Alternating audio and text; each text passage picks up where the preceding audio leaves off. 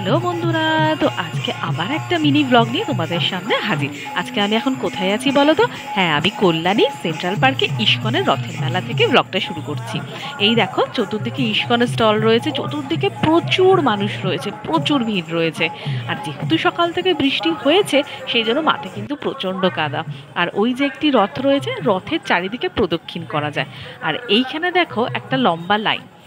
আর এই যে রথের ইস্কনের রথের মন্দিরটা এখানে রয়েছে, এখানে প্রচুর ভিড় রয়েছে, অনেকে ফটোগ্রাফি করছে। আর অপোজিটে একটা স্টেজ করা রয়েছে, যেখানে কালচারাল প্রোগ্রাম বা বক্তৃতা এইসব হচ্ছে। আর এই যে রথটা রয়েছে, তার চতুর্দিকে তোমরা প্রদক্ষিণ করতে পারবো। তা আমরা একটা লাইনে দাঁড়িয়ে পড়েছি, দেখতেই পাচ্ছ লাইনটা অনেকটা বড় আর ভিড়। কিসের লাইন? এখান থেকে ভোগ বিতরণ করা হচ্ছে এই যে প্যান্ডেলটার সামনে। এই দেখো, আমরা লাইনে দাঁড়িয়ে পড়েছি। কল্যাণী রথের মেলায় ভোগ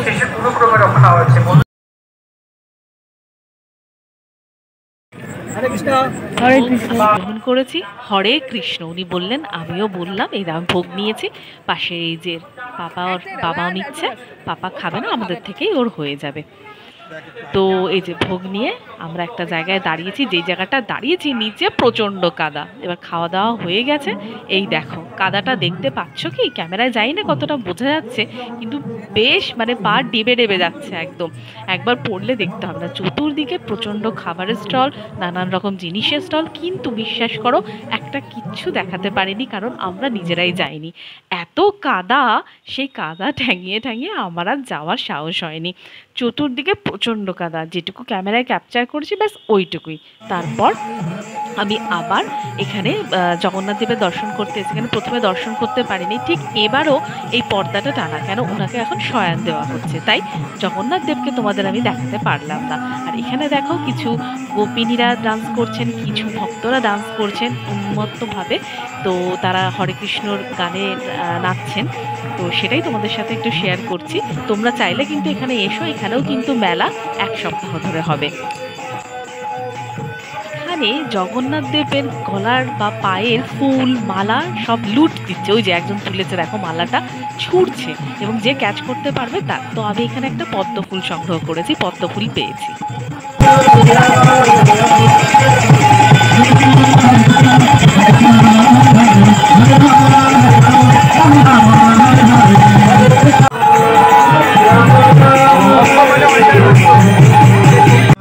এইবার আর দর্শন হলো না আমাদের, তাই আমরা বাইরে এসে গেছি। আমরা ইস্কনের স্টলে লাড্ডু গজা খেলাম। আর পাপা দেখো বেলুন আনার কাছে চলে গেছে, যে আমাকে একটা বেলুন দাও।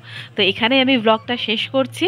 আর এই যে জলের বোতল কিনেছি, খিচুড়ি খেয়ে হাত ধুয়েছি আর পায়ের কাদা ধুয়েছি, তাই জন্য আমাদের জলের বোতল কিনতে হয়েছে। তো টাটা, বাই বাই। ব্লগটা তোমাদের কেমন লাগলো প্লিজ একটা কমেন্ট করো।